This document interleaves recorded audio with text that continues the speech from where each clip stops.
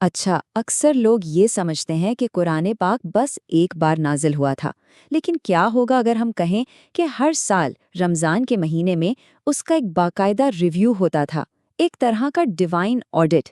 یہ قرآن کی حفاظت کا ایک ایسا راز ہے جو بہت کم لوگ جانتے ہیں، ایک ایسا عمل جس نے یقینی بنایا کہ اللہ کا کلام بالکل ویسا ہی رہے جیسا وہ نازل ہوا تھا۔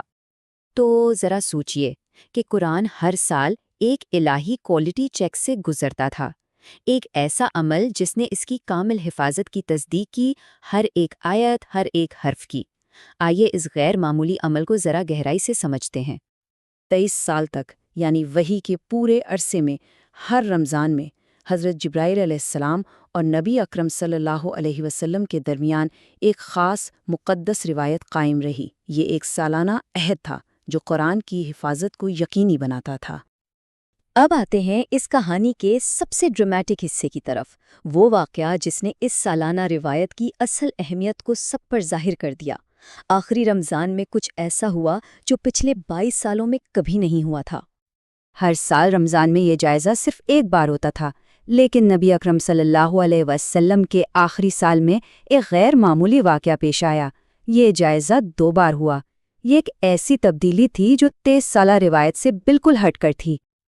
اور یہ کوئی اتفاقی واقعہ نہیں تھا، 22 سال کے تسلسل میں یہ تبدیلی ایک بہت گہرا اور سنجیدہ پیغام رکھتی تھی۔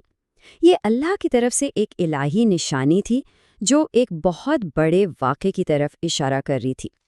اس نشانی کا مطلب خود نبی اکرم صلی اللہ علیہ وسلم نے اپنی بیٹی حضرت فاطمہ رضی اللہ عنہا کو بتایا۔ آپ نے فرمایا، اس سال جبرائیل نے میرے ساتھ قرآن کا 2 بار جائزہ لیا ہے، مجھے لگتا ہے کہ میرا وقت قریب آ گیا ہے۔ یہ وہ لمحہ تھا جب اس الہی عمل کا اصل مطلب واضح ہوا۔ تو آخر یہ سالانہ روایت تھی کیا اور یہ ہوتی کیسے تھی؟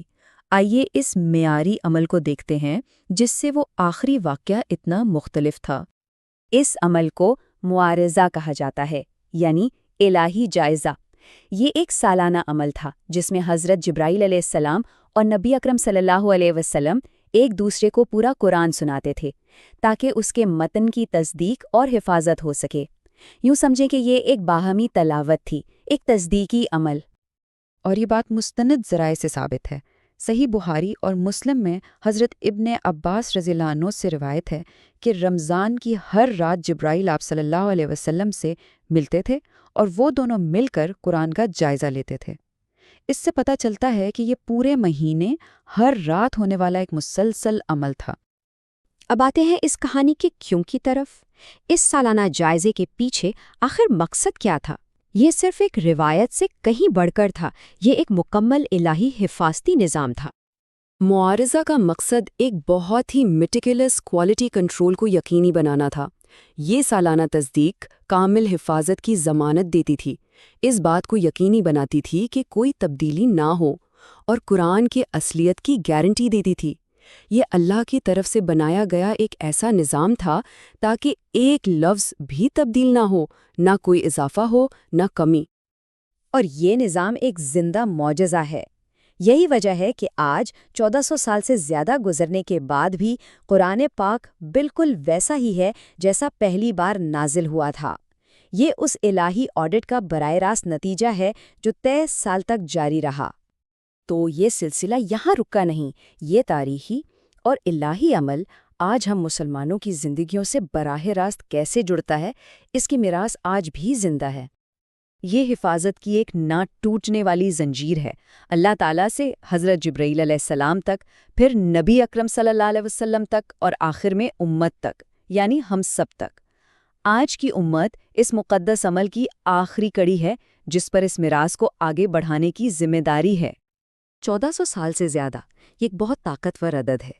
یہ اس الہی حفاظتی نظام کی ناقابل یقین کامیابی اور لمبی عمر کو ظاہر کرتا ہے۔ یہ اس کی تاثیر کا سب سے بڑا ثبوت ہے۔